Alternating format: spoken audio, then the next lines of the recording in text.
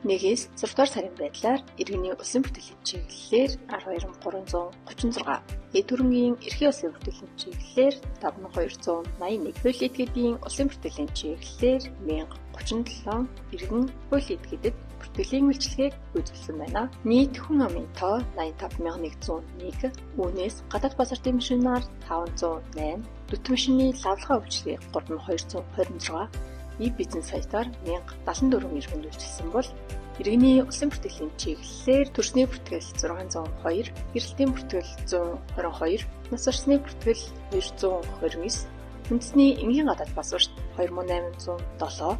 иргэний цахим үнэлэх 2218, аймаг хотоос бүр мөсөн шилжиж ирсэн 339, гэрлэлт дуусгар болсны бүртгэл 64, өвчлөлтний бүртгэл 18, лавлгаа 4969, бусад 970 бол эд хөрөнгийн эрхийн улсын бүртгэлийн чиглэлээр төрөөс өвчлсөн үнгүй газар 269, хувийн сууц 70, шинээр бүртгүүлсэн орон сууц 316, төрөөс өвчлсөн үнгүй орон сууц 2, үйлчлэгээний зориулалттай байр 30, өмчлөх хэрэг шилжих 1219, давлгаа бол 128, барьцааны гэрээ 2902, бусад 257 бол хууль этгээдийн улсын бүртгэлийн чиглэлээр хязгаарлагдвал хариуцлагатай компани 125, нөхөрлөл 3, оршоо 21, төрийн бус байгууллага 31, үйлдвэрчний хэвлэлийн байгууллага 1, бусад 856 бүртгэлийн үйлчилгээг үзүүлсэн байна.